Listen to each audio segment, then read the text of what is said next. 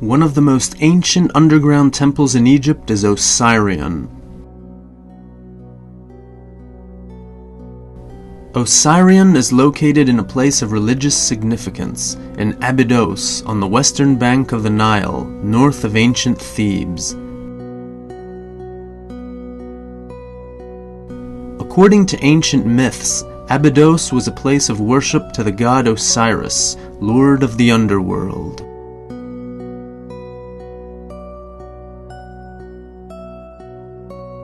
In the writings of the ancient Egyptian priest Manetho, who was quoted by the ancient historians Josephus, Julius Africanus, and Eusebius of Caesarea, it is asserted that gods were the first and foremost rulers of Egypt.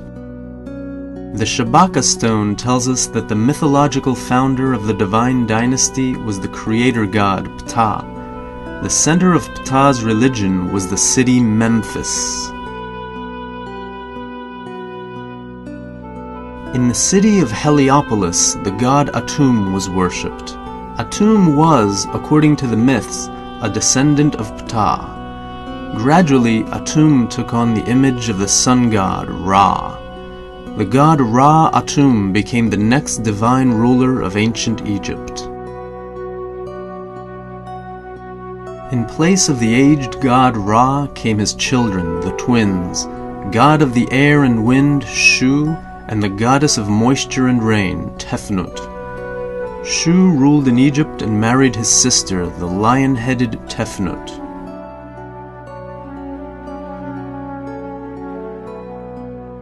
The children of the royal couple, the sky goddess Nut and the earth god Geb, formed a union in accordance with divine tradition. Although they loved each other deeply, they quarreled among themselves until their father Shu tore their embrace apart and raised the goddess Nut to a great height to maintain order. After Shu, his son, the earth god Geb, began to rule Egypt. The goddess Nut gave birth to the god Osiris, the goddesses Isis and Nephthys, and the god Seth. The cult of Osiris came from the city of Busiris in the Nile River Delta. The Greek historian Plutarch described the god's life on earth in the treatise on Isis and Osiris. Osiris became the ruler of Upper and Lower Egypt after Geb. His sister, the goddess Isis, became his wife according to divine laws.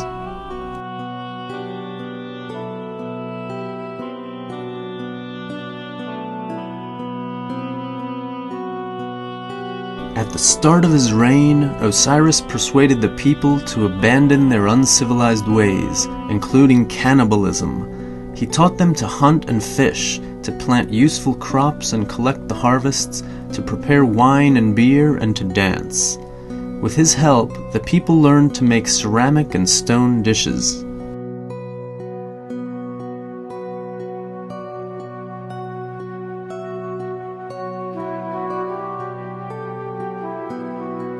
In the northeastern part of the Nile Delta, the cult of the god Seth took root.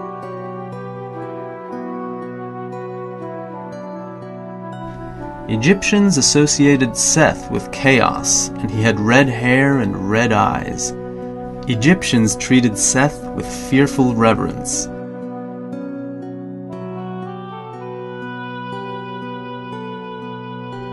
Seti I, a pharaoh of the 19th dynasty, was named in honor of the god, and along with his son Ramesses the Great, revered the god Seth, as shown in bas-relief in the small temple of Abu Simbel.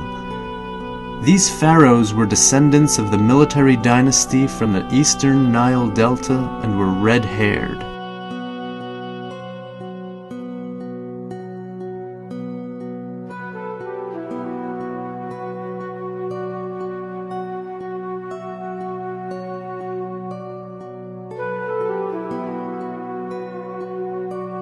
Seth, the younger brother of the god Osiris, was married to his sister, the goddess Nephthys. But Nephthys gave birth to a son, the jackal-headed god Anubis by Osiris. Seth was jealous of Osiris and organized a conspiracy to kill him. At a festival of the gods, Seth brought out a chest made of precious metals and offered to give the chest to whomever was the right height to fit inside it. All the gods tried to get inside, but only Osiris fit the chest perfectly. When Osiris lay down inside, Seth and his supporters slammed the lid closed and threw the chest into the river with Osiris inside.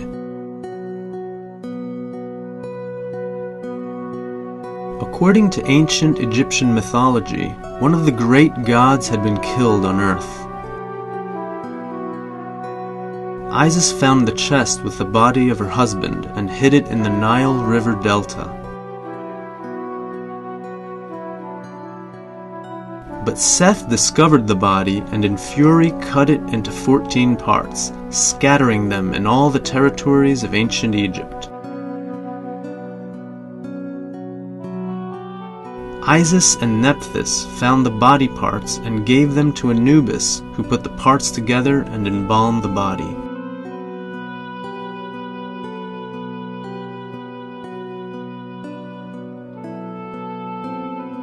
Isis took on the form of the bird Hut and, using magical powers, conceived with the mummy of Osiris. The great divine love between Osiris and Isis was sung of down the centuries, and Isis gave birth to the falcon-headed god Horus.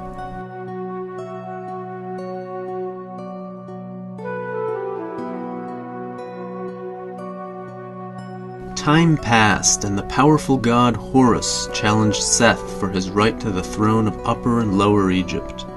After a long battle with Seth, Horus was proclaimed ruler of all Egypt by Geb.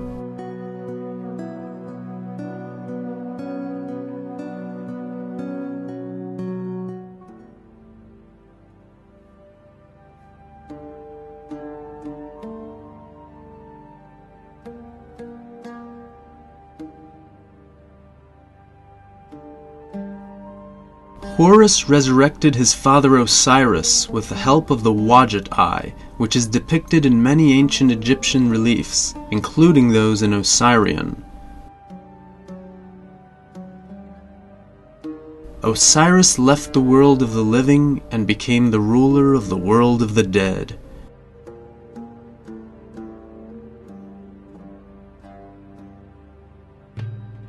Ancient Egyptians believed in an afterlife in the underworld, where Osiris reigned.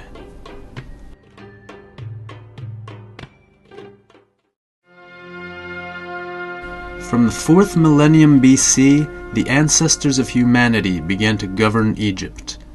Ancient Egyptians thought that the head of Osiris was buried in Abydos, possibly even his whole body, so pilgrims brought offerings to the city in clay pots.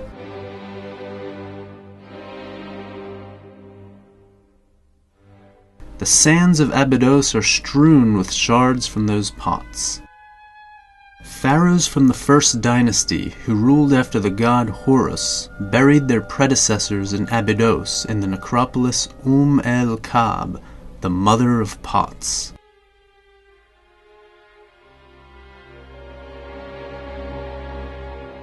Here, kings from the pre-dynastic period were buried, such as Scorpion and Narmer, who began the unification of Upper and Lower Egypt.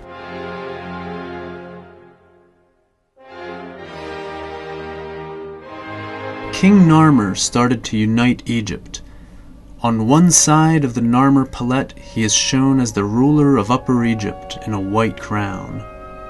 On the other side, he is the king of Lower Egypt in a red crown.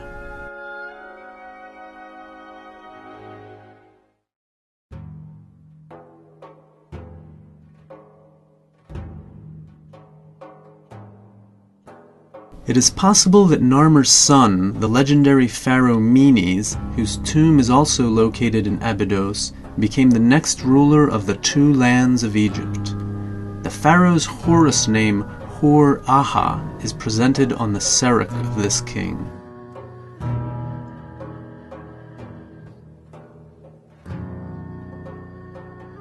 It was the pharaoh Menes who founded the capital of the unified kingdom, the city of Memphis. One of the biggest tombs in Abydos, the site of worship for the cult of Osiris, is the tomb of the pharaoh Jer, son of Menes. During his rule, Egypt expanded its borders and achieved a period of fruitfulness. But at this time, a period of human sacrifice also existed. Wives, servants, and slaves were sent together with a dead pharaoh in order to help him in the underworld. Around the tomb of the pharaoh are an extra 300 tombs for those accompanying him to the kingdom of Osiris. During the rule of the new kingdom, ancient Egyptians believed that Jer's tomb was the burial site of the lord of the underworld, Osiris. They brought clay pots with offerings to Osiris. Many pot shards cover the surface of the necropolis of el-Kab.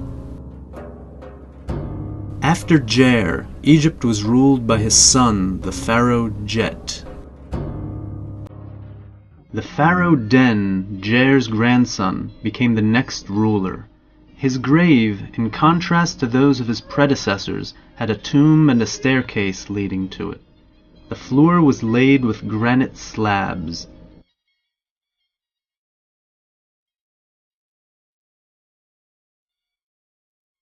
Den was the first to use the title of King of the Sedge and the Bee, Upper and Lower Egypt.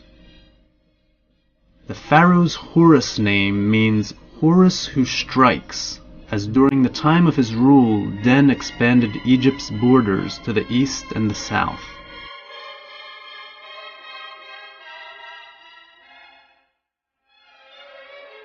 The kings of the first dynasty are buried in the ancient necropolis el-Kab. Their names are recorded in seal impressions on the tomb of the pharaoh Ka, and they include Narmer, Aha, Jer, Jet, Den, Anejib, Semerket, and Ka. The list is headed by the god Khenti Amenti, whose name translates as the foremost of the Westerners. The West is the world of the dead, where the sun sets. Khenti Amenti is associated with the lord of the netherworld, Osiris.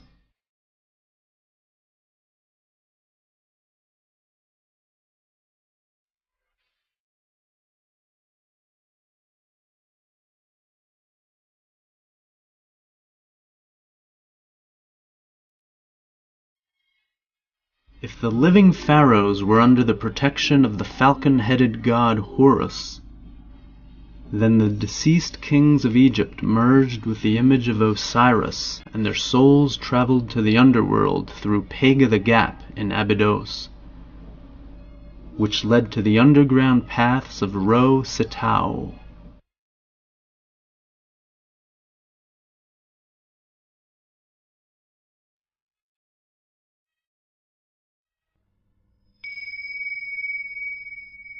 The last king of the second dynasty, Khazakemwi, was buried in Abydos.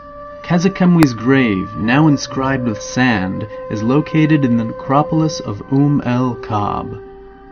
Khazakemwi once again united Egypt as one empire, suppressing the uprising in the delta. Evidence can be found on the pharaoh's Serik, where his patrons are the gods Horus and Seth.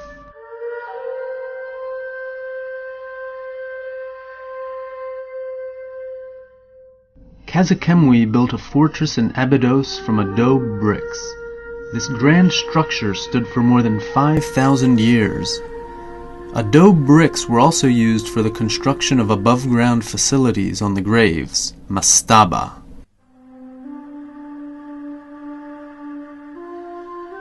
The likely successor to Khazakemwi, the pharaoh Sanakht, is suggested to have been buried in such a mastaba in Beit Khalaf.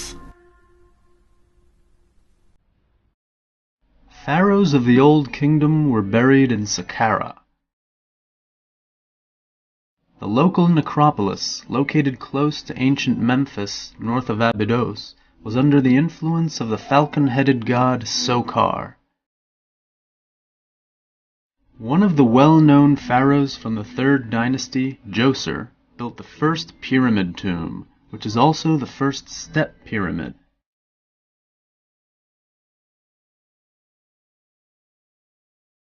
The pyramid consists of 6 mastabas, built one on top of the other. They were made from small stone blocks, held together with clay.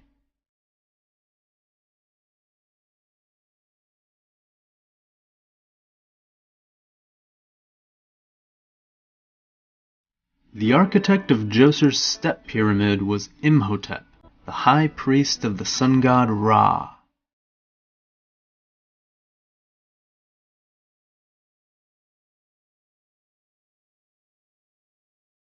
If the pharaoh's court was buried in the mastaba, after death they would travel to the underworld of Osiris.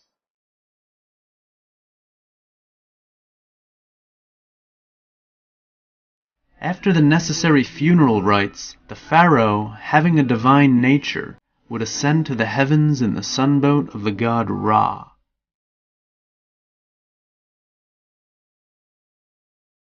Djoser's successors also built step pyramids. The pharaohs Sekhemkhet and Kaba built their step pyramids close to Saqqara. South of Saqqara and Meidum, a giant step pyramid with smooth faces was erected. Nowadays, the lower steps are covered with sand and rubble.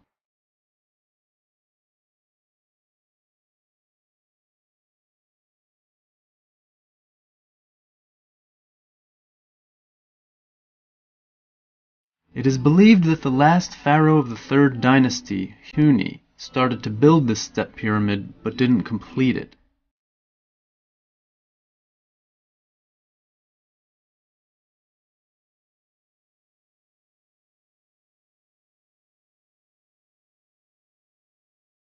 Construction was completed on the Meidum pyramid by his son-in-law and founder of the 4th dynasty, the pharaoh Sneferu.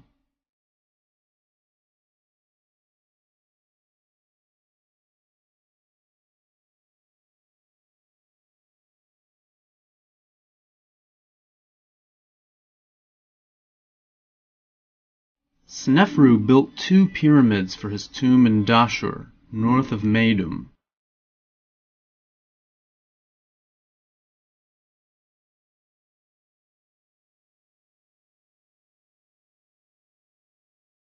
The first was the bent pyramid, which had smooth faces but no steps. During the construction of this pyramid, the incline of the faces had to be reduced because of the risk of its collapse.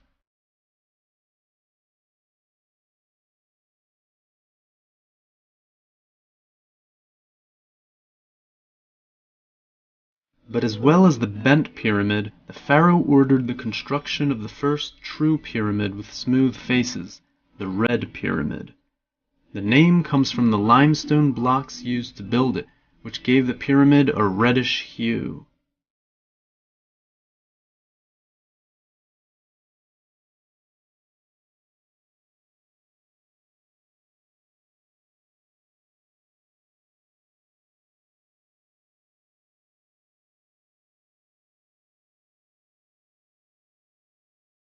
Sneferu's descendants, the pharaohs of the 4th dynasty, started to erect their own pyramids on the Giza Plateau, not far from Heliopolis, the sacred city of the sun god Ra, which lies on the outskirts of modern-day Cairo.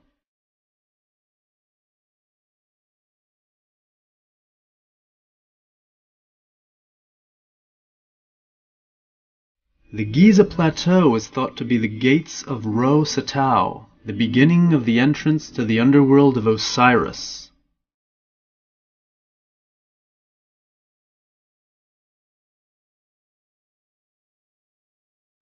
Ancient Egyptians called the necropolis on the Giza Plateau Per Usir Neb Ro-Satau, which means the house of Osiris, Lord of Ro-Satau.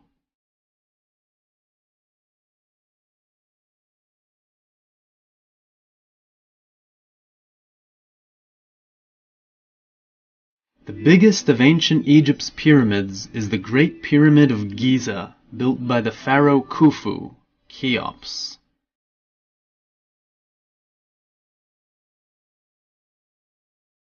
The architect was Himiunu, a relative of the pharaoh and a priest of the god Thoth. Under his direction, the Great Pyramid was built over a period of 20 years.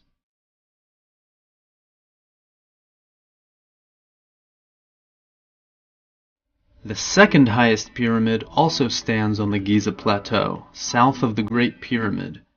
It was built for the pharaoh Khafra, a descendant of Khufu.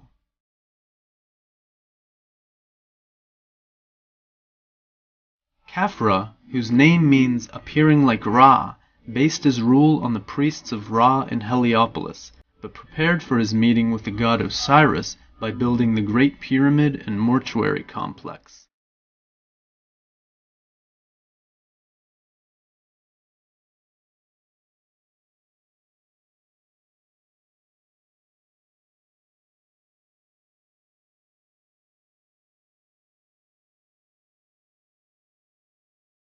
It is believed that the statue of the Great Sphinx was carved from the rocks of the Giza Plateau with the face of Khafra.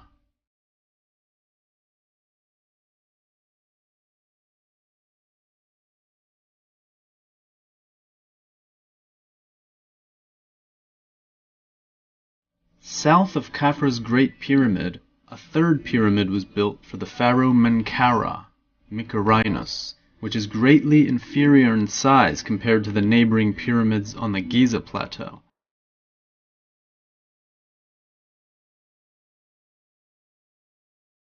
Menkaura, the son of Khafra, rushed to complete the pyramid before his death, but its construction was eventually finished by his son. With this pyramid, the epic of building grandiose tombs comes to an end in ancient Egypt.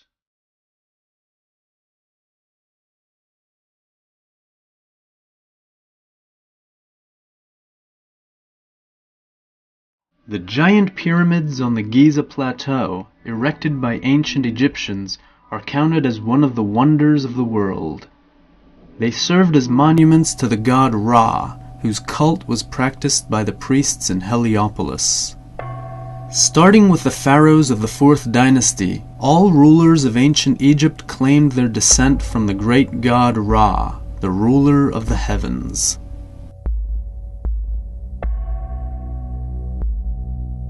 In addition, many researchers have noted a strange coincidence with the stars in the belt of Orion, which is associated with Osiris, and the placement of the pyramids in the necropolis in Giza.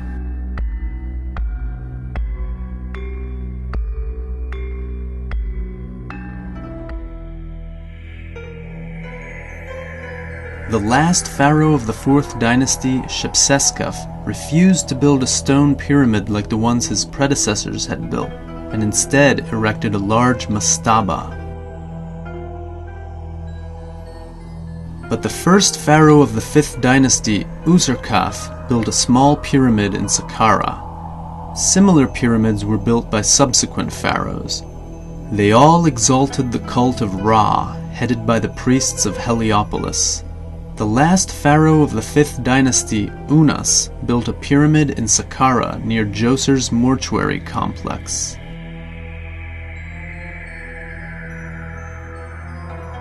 For the first time, the walls inside the chamber of Unas's pyramid were adorned with magical hieroglyphs.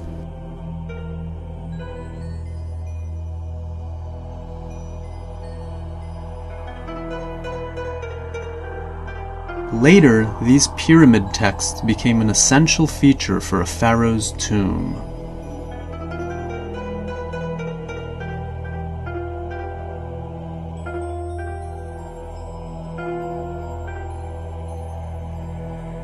According to the texts, pharaohs, as sons of the god Ra, had a divine essence.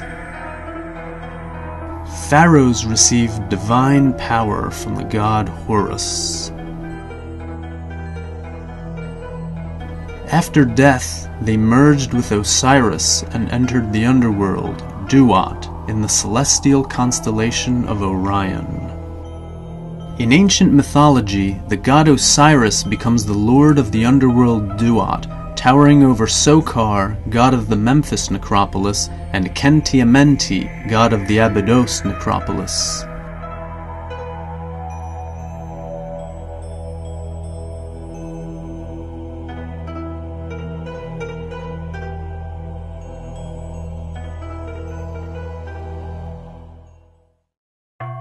In the Middle Kingdom, Duat was accessible to the courtiers who surrounded the pharaoh.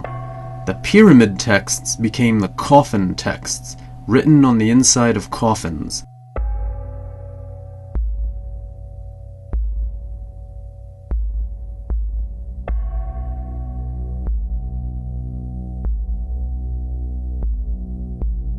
Magical incantations from the coffin texts, dating from the 17th century BC, were added to the papyrus scrolls known as the Book of the Dead.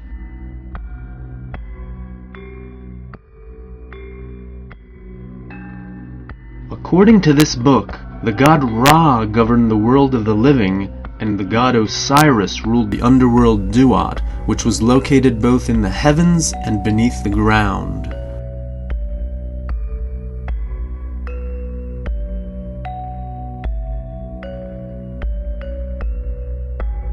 Ancient Egyptians believed that a person had several entities.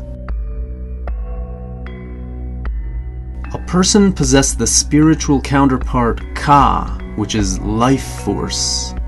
Ba was a person's soul, taking the form of a bird with the head of a living person. Another important element was the name of a person, which determined his destiny and was known as Ren. There was also the shadow, Sheut. Only the enlightened spirit Ak could travel in the underworld. In order for a spirit to exist in the underworld, it was necessary to preserve the mummy of the dead person for as long as possible. Ancient Egyptians lived on average until they were 35. Therefore, they had to lead a life free from sin and prepare for their rebirth in the underworld.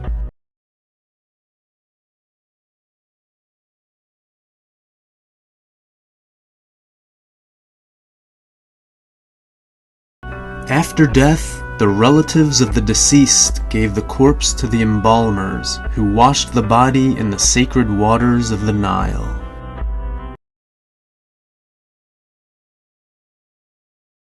Then the embalmers removed all the internal organs, except for the heart, which was believed to be the location of the soul in a person's body. The organs were placed in special containers, canopic jars.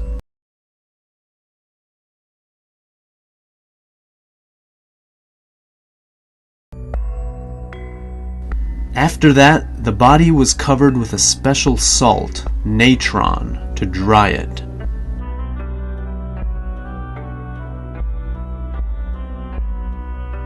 After drying, the body cavity was filled with flax strips or sand.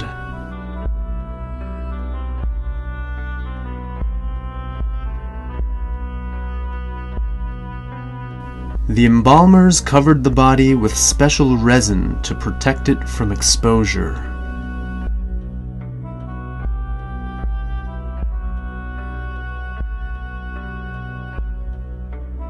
Next, the body was wrapped in flax strips together with amulets. The priest read spells and the mummy received the essence of Sa. For kings, the mummification process took 60 days, the same length of time it took the goddess Isis to mummify Osiris.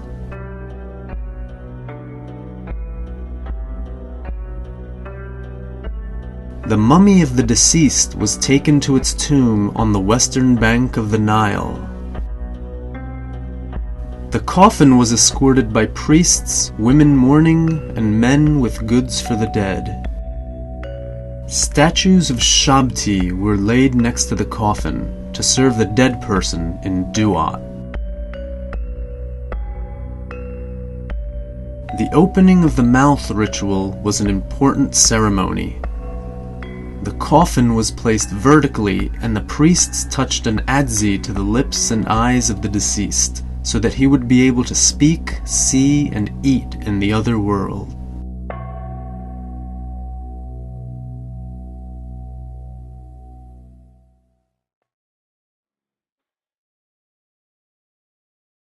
The coffins of prosperous dead people were placed in a mastaba tomb built in the necropolis, incorporating streets and quarters.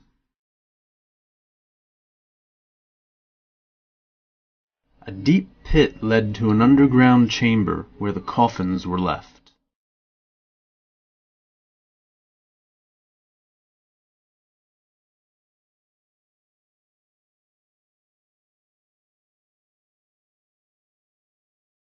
In the above-ground area of the tomb, a false door was mounted in the western wall.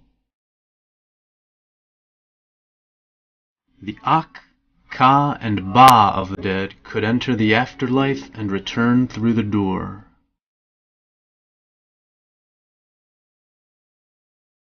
The Ka spirit double of the dead was always in the tomb near the mummy's casket, guarding the false door and eating offerings.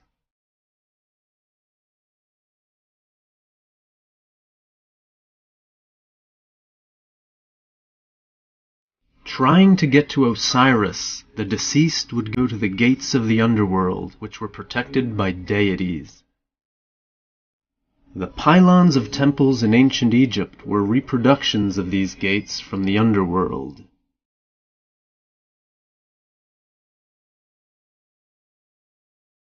Arriving in Duat, the deceased faced various dangers, attacks by snakes, crocodiles, and other frightening creatures. Only knowledge of the spells from the Book of the Dead could save them from these perils. Eventually, at midnight, the deceased entered the Hall of the Two Truths under the escort of the jackal-headed god Anubis. The deceased brought a declaration of innocence before the group of gods, in which he denied committing any sins in his life. At this time, Anubis set up scales with the heart of the deceased on the left and the ostrich feather belonging to the goddess of truth Maat on the right. He then checked the results. The god Thoth, with the head of an ibis bird, was ready to record the result of the weighing of the heart. If the heart was light, the monster Ammit would devour it, and this would cause the person's second death. If the scales balanced, this meant the deceased hadn't deceived the gods when making the declaration of innocence. After successfully completing the test, the god Horus presented the deceased to Osiris. In the presence of his sisters, the goddesses Isis and Nephthys, Osiris granted the deceased a place in the fields of reeds for the eternal blessed afterlife in Duat. The truth-speaking deceased, having received the blessing of Osiris, could settle in the fields of reeds, which can be compared to the Elysian fields of the ancient Greeks. The deceased managed the fields with the help of their shabtis, brewed beer, and lived in comfort.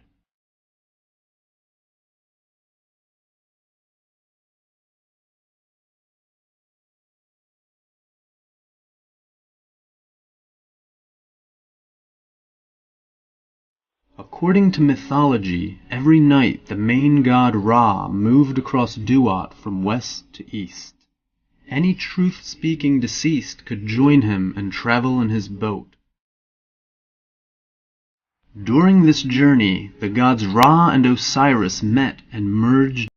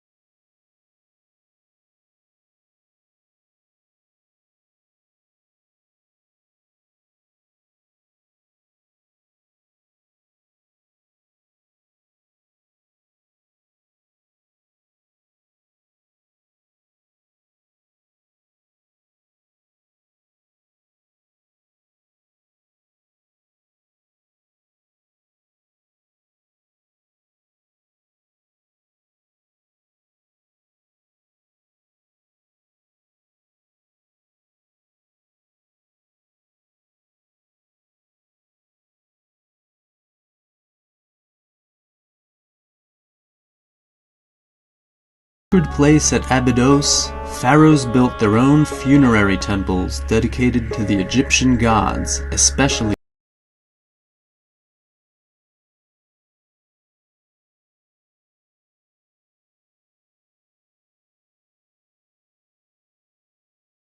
in the 19th dynasty. Seti I started to build Men-Mat-Ra, but it was his son Ramses the Great who finished construction of this grand temple, which impresses visitors.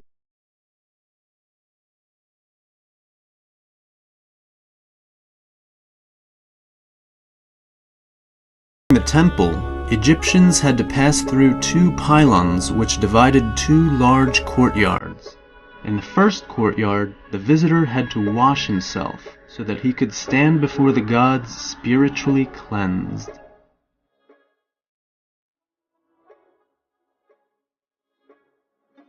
In front of the temple's shrine were two hypostyle halls, on the walls of which were reliefs depicting the pharaoh of Men-Mat-Ra worshipping the gods of the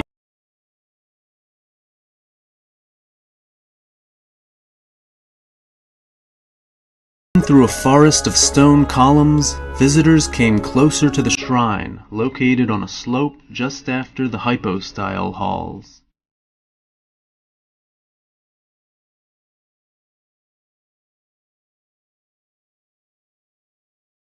The shrine was dedicated to the main ancient Egyptian gods of the New Kingdom: Amun-Ra, Ptah of Memphis, Ra-Harakti, Osiris, Isis, Horus, and the deified pharaoh Seti I himself.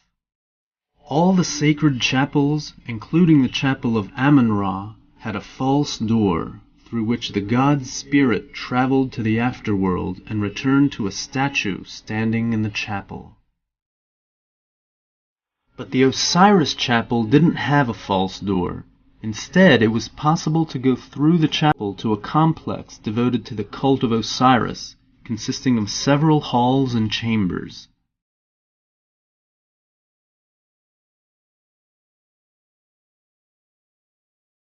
The Hall of Statues was the most ancient place in the funerary temple, built in the ruins of a sacred temple.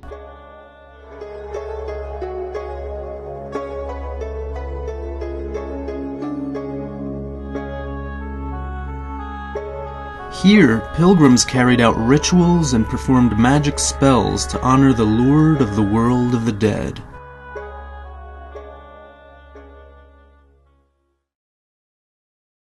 From the Hall of Statues, it was possible to cross the first Osiris Hall of Columns to the shrines of the Abydos Triad: Osiris, Isis, and Horus.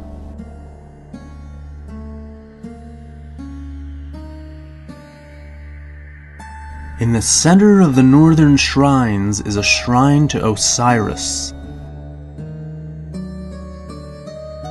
On the relief, the main scene is an image of Osiris embracing Isis. The god presents the pharaoh with a symbol of life and rebirth, the Ankh key. On the side walls in the shrine to Osiris are scenes of the pharaoh's preparations to meet with the Lord of the underworld and receive divine status.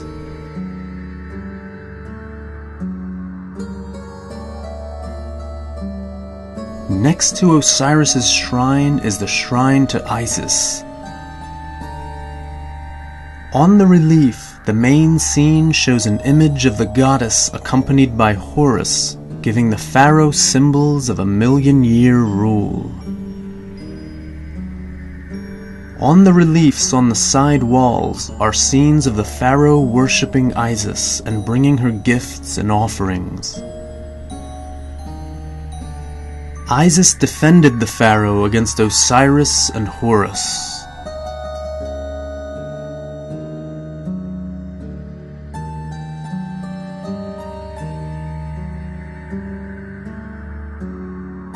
To one side of the shrine to Osiris is the shrine to his son, the god Horus.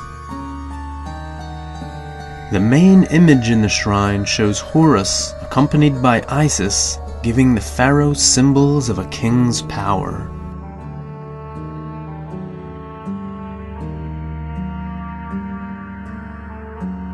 On the side walls of the shrine, the pharaoh is shown worshipping Horus and his father Osiris.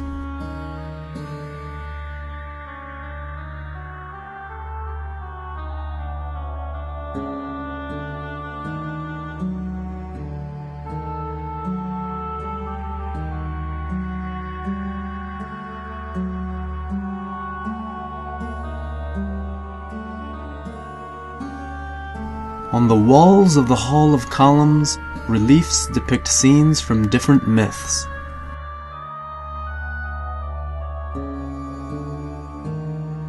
The Djed pillar is one of the distinguishing features connected to Osiris.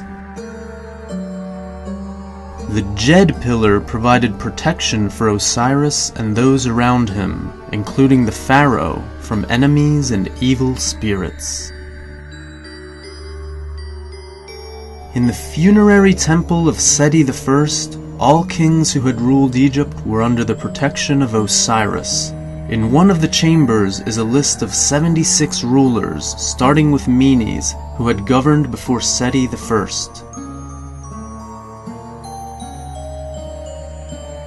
Here the pharaoh's son, Prince Ramses, is shown hunting. It was Ramses who finished building the temple. In this temple are strange hieroglyphs showing modern technology. A plane, a helicopter, a tank, and a submarine. North of Seti I's temple are the ruins of his son Ramses II's funerary temple.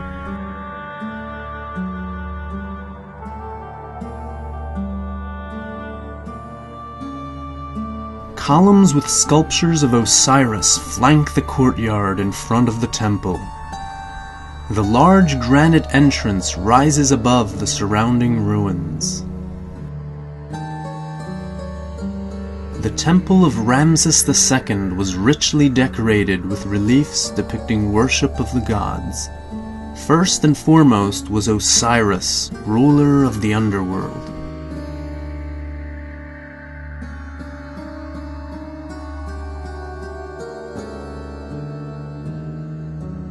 Not only was Osiris worshipped in the chambers of the shrines, but also the gods Amun-Ra, Thoth, Min, and others.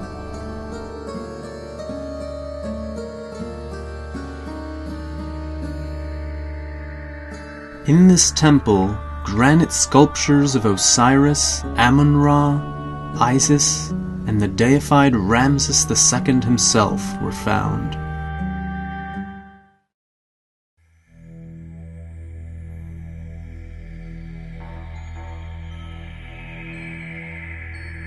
At the back of the funerary temple of Seti I are the ruins of the most cryptic temple in Abydos.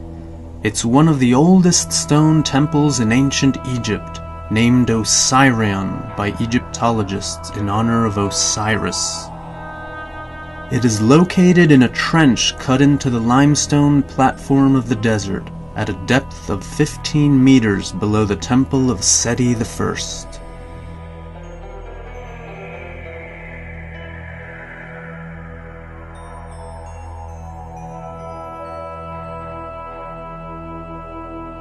The excavation of the temple began at the start of the 20th century, overseen by the archaeologists Petrie and Murray.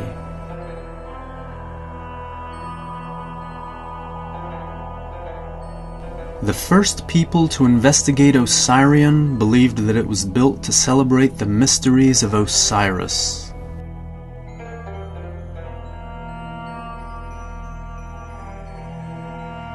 In the central hall of the Osirion temple, granite pillars were erected which supported a roof of granite blocks.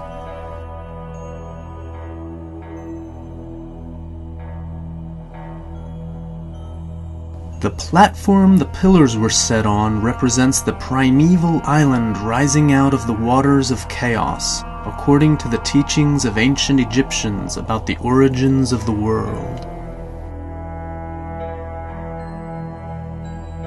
The entrance to the central hall was separated from the platform by a channel filled with water. The main way to enter Osirian was through an underground tunnel.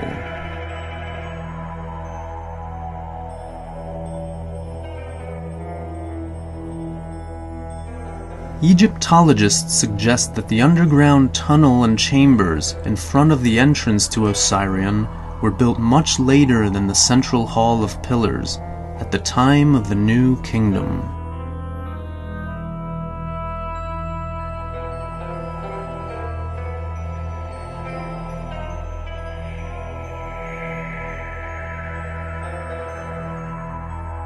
It's possible that in ancient times there were statues of gods used for the mysteries of Osiris set in the recesses of the central hall. The recesses were also separated from the platform in the center of the hall by the channel of water.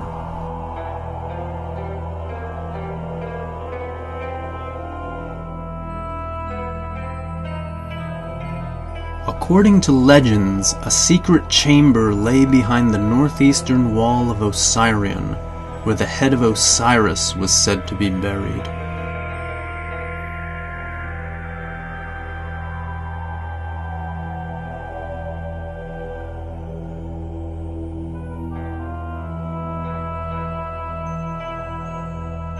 Osirian was an underground temple. It was covered by hills.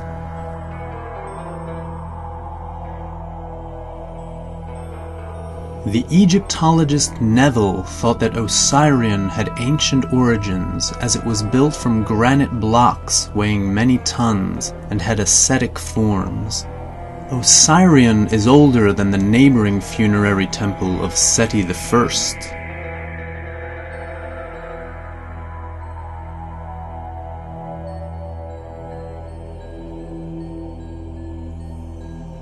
Osirian bears a strong similarity to the Valley Temple of Khafre on the Giza Plateau near the Sphinx. It's possible that they belong to the same period of the Old Kingdom. The Valley Temple, like Osirian, was made from heavy granite blocks in such a way that there are small gaps between the blocks. Like at Osirian, outside the granite walls are lined with blocks of sandstone.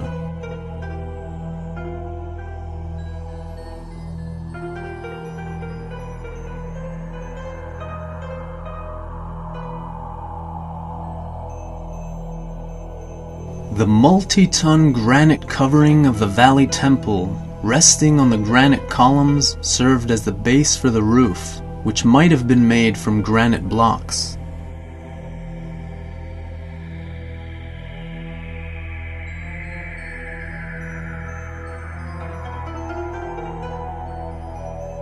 As with Osirian, in the Valley Temple the granite blocks were laid in a complex way.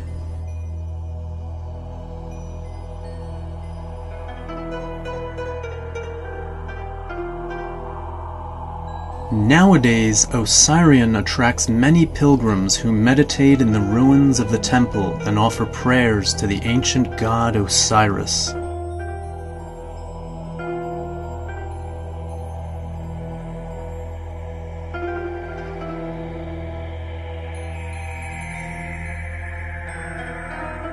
Strange pictures are found on the pillars, the so-called sacred images of the flower of life. Many people believe that the flower of life represents a plan showing the origin of life in this world.